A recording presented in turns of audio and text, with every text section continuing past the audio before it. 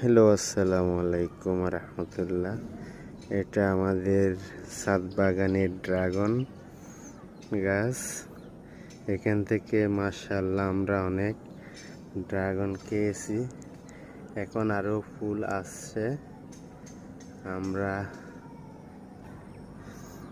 বৃষ্টি পড়তেছে, বৃষ্টির মধ্যে ফুলগুলো বেশিরভাগ নষ্ট হয়ে যায়।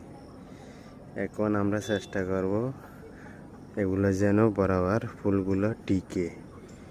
ড্রাগন চাষ ছাদ বাগানে অনেক ভালো, নিজের গাছের ফল। আপনারাও ছাদ বাগান করেন।